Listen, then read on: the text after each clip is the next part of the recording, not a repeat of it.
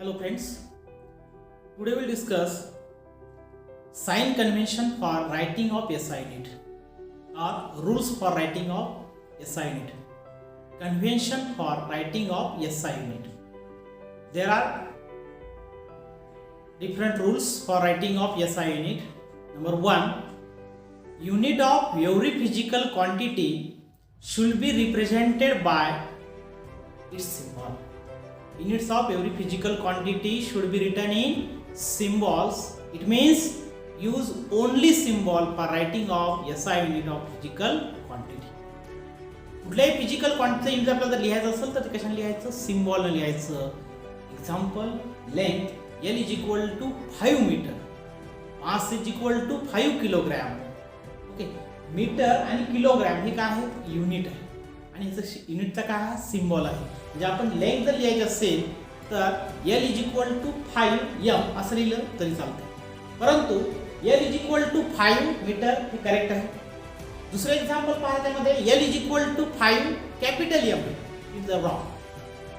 किंवा तिसऱ्या एक्झाम्पल मध्ये काय आहे? L is equal to 5 metre पूर्ण स्मॉल लेटर मध्ये लिहिलं आहे तरी सुद्धा हे रॉंग आहे. म्हणजे या ह्याच्यामध्ये आपल्याला युनिट जर लिहायचं असेल कुठल्याही फिजिकल क्वांटिटीचं तर फक्त सिम्बॉल यूज केले पाहिजे आणि सिम्बॉल कसे आहेत या ठिकाणी? Small letter. Okay, name.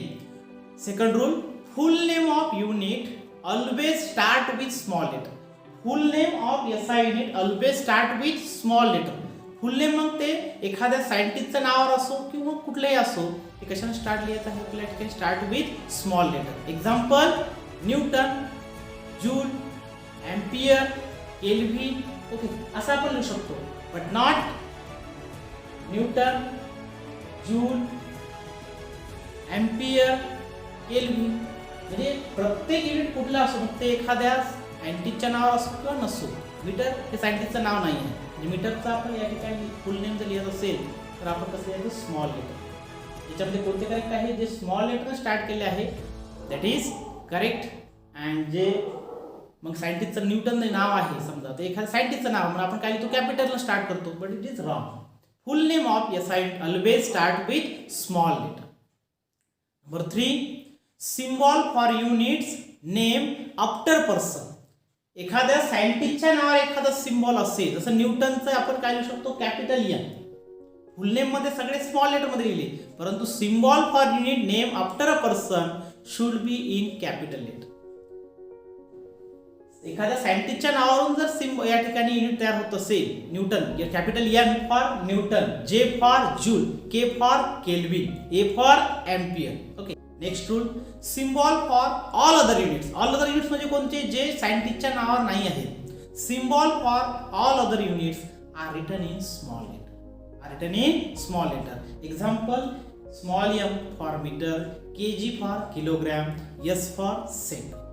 Okay, हे झालं सिम्बॉल. सायंटिस्टच्या नावाचा सिम्बॉल असतील तर कॅपिटल लिहायचे, आणि जर सायंटिस्टच्या नावाशिवाय जर काही सिम्बॉल असतील तर ते कसे लिहायचे? Small letter. परंतु फुल नेम कसे लिहायचे? सगळे small letter. Next rule, symbol of unit are not to be express in plural form. Symbol of unit are not to be express in plural form. कुठलेही सिम्बॉल हे plural form मध्ये लिहायचे नाही. जसे example, length is equal to 25 metre and not 25 metres. किंवा 5 kilogram and not 5 kilograms. कुठल्यालाही plural form मध्ये लिहायचे नाही. सगळे कसे लिहायचे या ठिकाणी? सिंगुलर फॉर्म मध्ये. फुल stop and any other punctuation mark should not be written after the SI unit. Full stop or any other punctuation mark should not be written after the symbol. Example, mass is equal to 5 kg and not mass is equal to 5 kg. Full stop. म्हणजे कुठेही unit सांगितल्यानंतर फुल stop लिहायचं नाही किंवा कुठलं punctuation mark लिहायचं नाही. हा एक महत्त्वाचा रूल आहे for writing of SI unit. Okay, full stop or any other punctuation mark should not be written after the SI unit. Next rule, the unit of physical quantity in numerator and denominator should be written as one ratio. Unit एखाद्या numerator मध्ये आणि denominator मध्ये असेल तर त्यांना एका फक्त ratio मध्ये लिहायचं. जसं की example, SI unit of acceleration काय असते? मीटर पर सेकंड स्क्वेअर. ओके, याला आपण अजून कसं लिहू शकतो, मीटर इंटू सेकंद पॉवर किती -2 metre is to the power -2. But this is not written as metre per second असं या ठिकाणी सेपरेट लिहायचं नाही, एका 1 रेशोमध्ये लिहायचं, 2 रेशोमध्ये लिहायचं नाही. The SI unit of physical quantity numerator and denominator should be written as 1 ratio. Okay, एकाच रेशोमध्ये लिहायचं, 2 रेशोमध्ये लिहायचं नाही. नेक्स्ट रूल,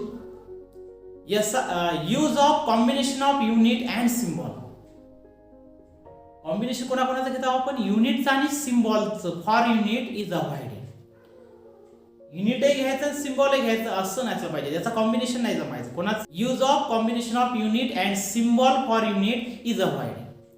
कोणाचं कॉम्बिनेशन करायचं नाही, युनिटचं आणि सिम्बॉल त्यांचं कॉम्बिनेशन अवॉइड करायचं. When physical quantity is express bye combination of 2. एखादी क्वांटिटी दोघांच्या कॉम्बिनेशन पासून बनलेली आहे, बरोबर आहे, तशा ह्याच्या युनिटमध्ये एक तर सिम्बॉल यूज करेल, या ठिकाणी कॉम्बिनेशन वापरायचं. कोणाचं, use of combination of unit and symbol for unit is avoided when physical quantity is express bye combination of. Example मध्ये आपण समजून घेईल. The unit joule per kg into Kelvin is correct, while joule JOULE joule per kg into K is not correct. म्हणजे इथे पहा, पहिल्याच्यामध्ये सर्व symbol मध्ये आहे त्याच्यामुळे हे करेक्ट आहे, परंतु दुसऱ्या एक्झाम्पल मध्ये पहा काय आहे की जूल हे फुल नेम लिहिलं आणि बाकीचे सिम्बॉल लिहिले, तर या ठिकाणी युनिट आणि सिम्बॉल हे याचं कॉम्बिनेशन बनवायचं नाही. Use of combination of unit and symbol for units is avoided. Space or hyphen must be introduced while indicating multiplication of 2 units. जर 2 युनिटचं मल्टिप्लिकेशन असेल तर त्या ठिकाणी एक तर स्पेस ठेवायचा किंवा हायपन आपण इंट्रोड्यूस करायचा. स्पेस और hyphen must be introduce while indicating the multiplication of 2 units. Example मध्ये आपल्याला क्लिअर होईल. Metre per second should be written as metre space second inverse किंवा मीटर हायपन सेकंद इनव्हर्स असं आपण लिहू शकतो मीटर पर सेकंदला, परंतु it is not written as metre second inverse. म्हणजे या दोघांमध्ये स्पेस ठेवायची किंवा आपण हायपन इंट्रोड्यूस करायचा जेव्हा 2 युनिटचं काय मल्टिप्लिकेशन. स्पेस और hyphen must be introduce while indicating multiplication of 2 units. Okay, because आता या ठिकाणी जर मीटर इंटू सेकंद असं जर असेल तर मीटर इंटू सेकंदला आपण कसं वाचू शकतो, millisecond. Because ms will be read as millisecond. त्याचा अर्थ या ठिकाणी चेंज होतो. It's meaning will be change. Therefore, hyphen or space must be introduced while indicating the multiplication of 2 units. Okay. Next rule, a prefix is used before the symbol of units.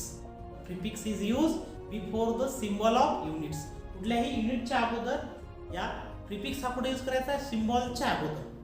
Thus the prefix symbol and unit symbol constitute a new symbol. Prefix symbol and unit symbol असे दोघं जर एकत्र आले तर एक new symbol तयार होते for the unit which can be raised to be a positive or negative power of 10. A prefix is used before the symbol of unit. Thus the prefix symbol and unit symbol constitute a new symbol for the unit which can be raised to be a positive or negative power of 3. Okay, तर prefix आपण कोणाच्या अगोदर लिहायचा, सिम्बॉलच्या अगोदर लिहायचा. जसं 1 centimetre example मध्ये पाहू, 1 centimetre is equal to 1 centimetre आणि सेंटीला आपण कसं लिहू शकतो, 1 × 10⁻². 10⁻² is the prefix and meter is the unit. 1 millisecond ms, 1 ms mean 1 millisecond आणि मिलीला आपण कसं लिहतो, 10⁻³ 1 × 10⁻³ सेकंद. तर 10⁻³ काय झाला, हा प्रिफिक्स आणि सेकंड काय झालं, हे unit. Next rule, use of double prefix is avoided.